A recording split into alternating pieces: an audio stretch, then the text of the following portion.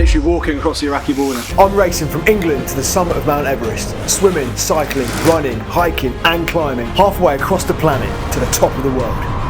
I'm 4,151 kilometres in, but everything is about to change as I race head first towards the first big unknown, Iraq. The West know of it only for its war-torn past, and security intel is confusing and scary. It could be incredible, it could be impossible. And before I can even get there, I'll have to cross Turkey's biggest mountain range, weather sub-zero temperatures, Currently -6. and pass through dangerous regions. Terrorist attacks. If it wasn't tough, what's the point in us doing it?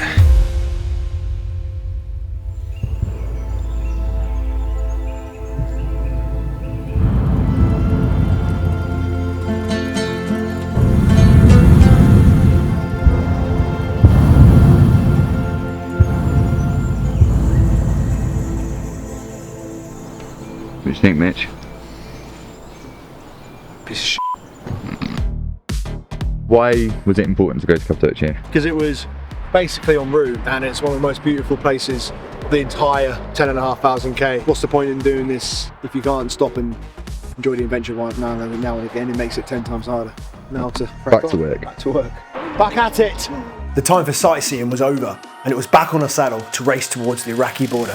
We are finally off the motorway in a beautiful little valley. To the left is just full of caves and houses in the caves as well, people living there. So what, if I was wild camping here, I'd definitely be going into them caves, that's for sure. As I entered the Taurus mountain range, I was met with spectacular beauty. I was about to complete more elevation than Mount Everest over a few days, but I honestly didn't care. I was overwhelmed by the vast ravines, incredible rock structures, and endless plains. Mate, what is going on? It's the f***ing Grand Canyon over there. Glad we saw that. Yeah, crazy. Cappadocia had been beautiful, but this felt special.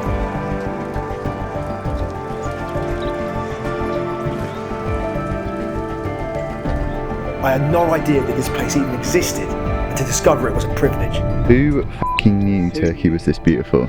Look at that view. Turkey's just unbelievable. Off the motorway for the first time in hundreds of kilometres, and it's just been stunning. It's been absolutely amazing. To top it all off, some guy in a little village made us a really nice toasted sandwich while a puppy chewed my leg. Nice. Let's get some food in and then Crack on. get you back on road. As I pushed on, the hills levelled out into vast salt lakes, but all of this was underscored by a little bit of tension. I had to remain focused. I had just 7 days to get to the Iraq border, so I pushed myself to the limit to make as much progress as possible.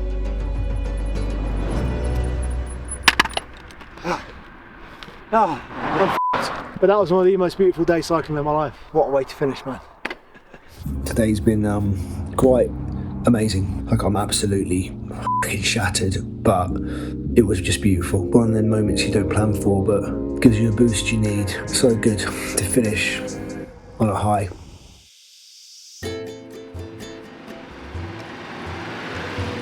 Good morning.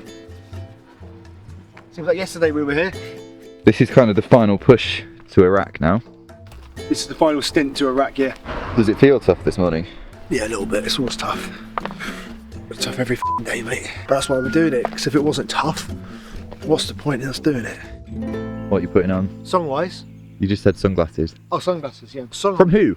What music? No. Obviously, The Greatest Showman. It's one of the best soundtracks ever made. Alright, but I was going to do a little sponsor bit there where I go, what are you putting on now? And you go, my Valens sunglasses. Alright, should we do it again? Action. Yeah. Hey Mitch, what are you putting on right now? Putting on my man. Cut! Action! Hey Mitch, what are you putting on this morning? My Valens, because they are badly needed today. So bad. In my heart, from now on. Another freezing start this morning. The Turkish mountains, climbing well over 2,000 today. The deadline weighed on me as I powered off into the heart of the mountain range. The long winding road took me up and down, but mostly up, steep and tiring peaks. Holy shit. Very lucky to get 130 at this pace today. This was the most beautiful cycling of my life. It's absolutely stunning. These mountains are beautiful. What's your name? Nice to meet you, guys. High five. But the mood couldn't stay high for long. So, I've lost Mitch. I went ahead to go and get some food turned off. That means I was off the route for maybe half an hour and he wasn't there on the route. So now I'm driving back. He really should have made it this far. So yeah, it's just a little bit weird, to be honest. So we're just gonna have to wait and see. Right, so no sign of Mitch. Yeah, it's just annoying. I don't know where he is. I'm sure he's fine, but it does make today a bit trickier than it should have been. Mitchell! Mitchell! Mitchell! Mitchell, where are you? There's Mitchell. Where's he been? Nobody knows. Hello, mate. Where have you been? God, today's already been the weirdest day ever. Basically, I taken a wrong turn and been off route for about 5k. And just our luck, this was the exact same time as Stan was searching for me. Just very bad timing. Yeah. It's kind of only really real big remote-y mountainous bit we've kind of done. That was it. I didn't realise. I thought it was Yeah, it's all main road now. yeah, it's all kind of main road. There will still be still quite a lot of hills, but yeah. See you later. It was a relief for both of us to be reunited again. This time, I'm not being in any real danger, but it was a firm reminder to be more careful. If I was to get lost in the more dangerous regions to come, it could be a very different story. I feel like I've climbed a mountain today. You've climbed several, mate. Definitely feels like one of the hardest. Feels like one of the longest days, but at the same time, it was just stunning. What have you just discovered late again? That we've smashed over the next 1,000 mark. So yeah, 4,000k. Woo! Give me the whiskey. So how are we going to drink? Probably straight from the bottle, let's be honest. Cheers to 4,000k.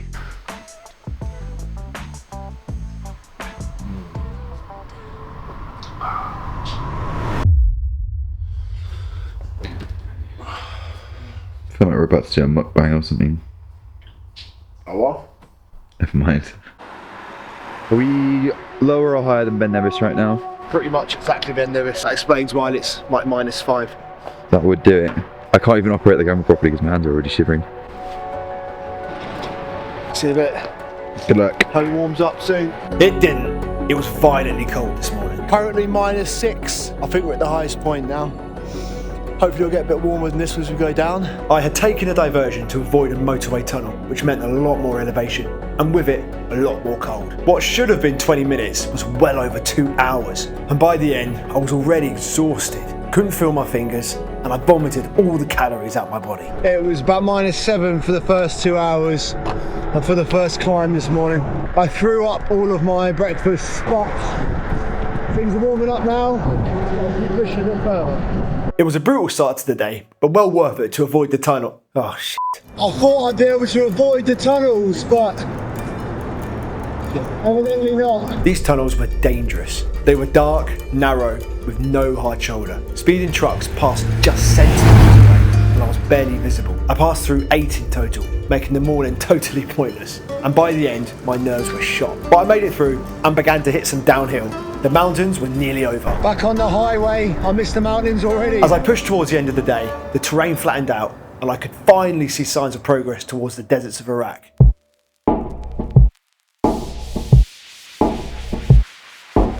We're camping 100% legally. Yeah, definitely didn't just jump a fence with a bike, did we? No.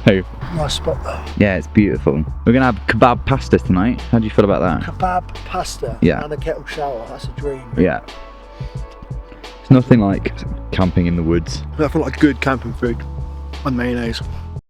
Hopefully that'll be the last of the cold mornings because we're now over the last mountain range in Turkey. Another 150k, 10-hour day, 11-hour day, and 1,850k climbing. Every day just gets a little bit harder to wake up. Every day. This is Sparta. Wow. Oh, he nearly made it up then. Ah! Come on! Ah! Right, okay, let's go again. That's not good for you. What's happening today, Mitchell? A special person is coming to see us. Who's that? Nikki. my wonderful, wonderful partner. How do you feel about that? Looking forward to seeing it. Yes, very much. It's the last time before hitting Iraq, so it's the very, very last opportunity to fly. We are only a few 100k from the Iraqi border. Good start today, and I've got Nikki waiting for us when I get to the end hotel, so got something to push for.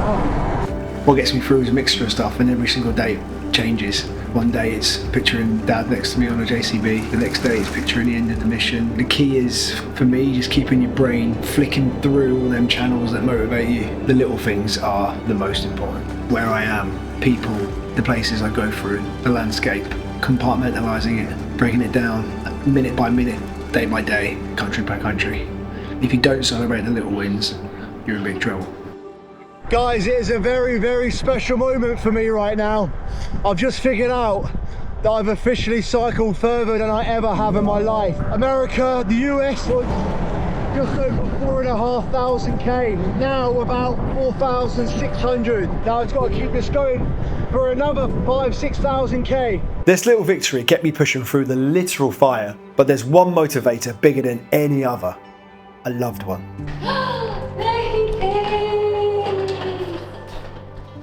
Look at you, skinny boy. Whoa, look at here. Yeah, so this is from Debbie for you two to share. I request Monster Munch. Monster Munch. There you go. You smashed that. Monster Munch. Last but not least. What's that? Oh, who's that from? Me. No. For you two, of course. No. You're the best, We Nikki. need another one. Honestly, thank you so much. That's what you did. I couldn't come empty-handed for my boys.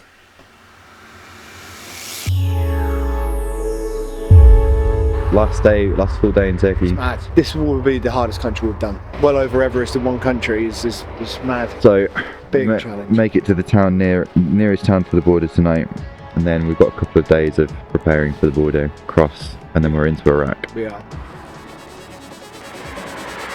La bella.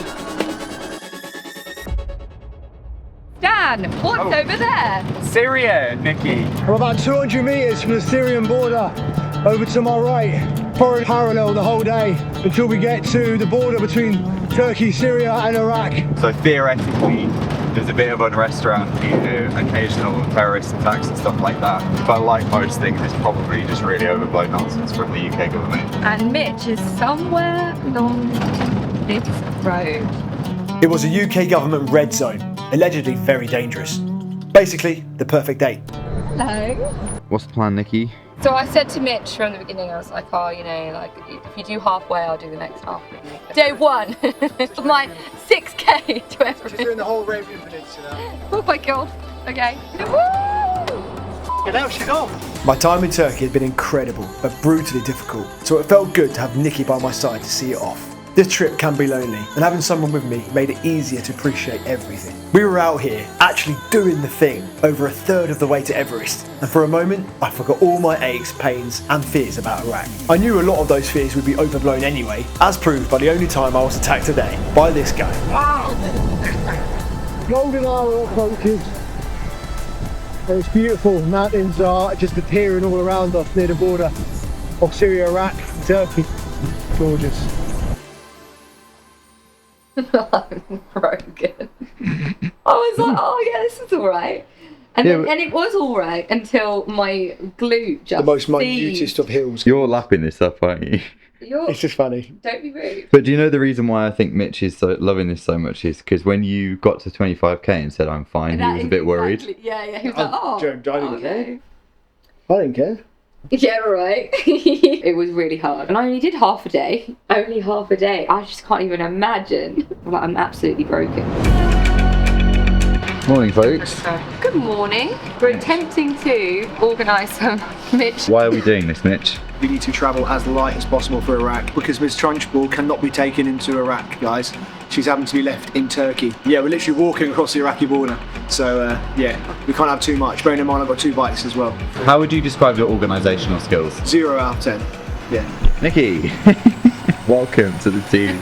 It was all hands on deck to get our mountain of kit organised. Sweaty, in the middle of nowhere, trying to figure out what you're going to keep and what you're going to take to Iraq. It had to be enough to get by unsupported, but not too much to be carried by hand, and we couldn't risk valuables being confiscated at the border. This was a notoriously difficult crossing, and certain items that we needed weren't allowed. What are you doing? I can neither deny or confirm that I might be ripping a hole into Mitch's bag to hide GPS devices from... They're not GPS devices. Oh, right, They just okay. look like them. And we're And they hiding. slipped into the lining. And they of the bag. slipped into the lining of Mitch's bag. Whoops. Oh, Nikki. Whoops. Oh, they're lost forever. I'm sorry. Next, it was off to the shops. To try and find some long sleeve clothes to blend in a bit more. See what we can find. My short stays were over, as I needed long sleeve clothes to respect local culture and be as low profile as possible. A quick stop to print our visas, and we were ready. The next day, it was time to say goodbye. Right, what's the plan? Now you've got a lovely drive to the airport, Yeah. and I've got a hope to do 50k, a little 50k binball. So yeah, bit sad times. Sad times.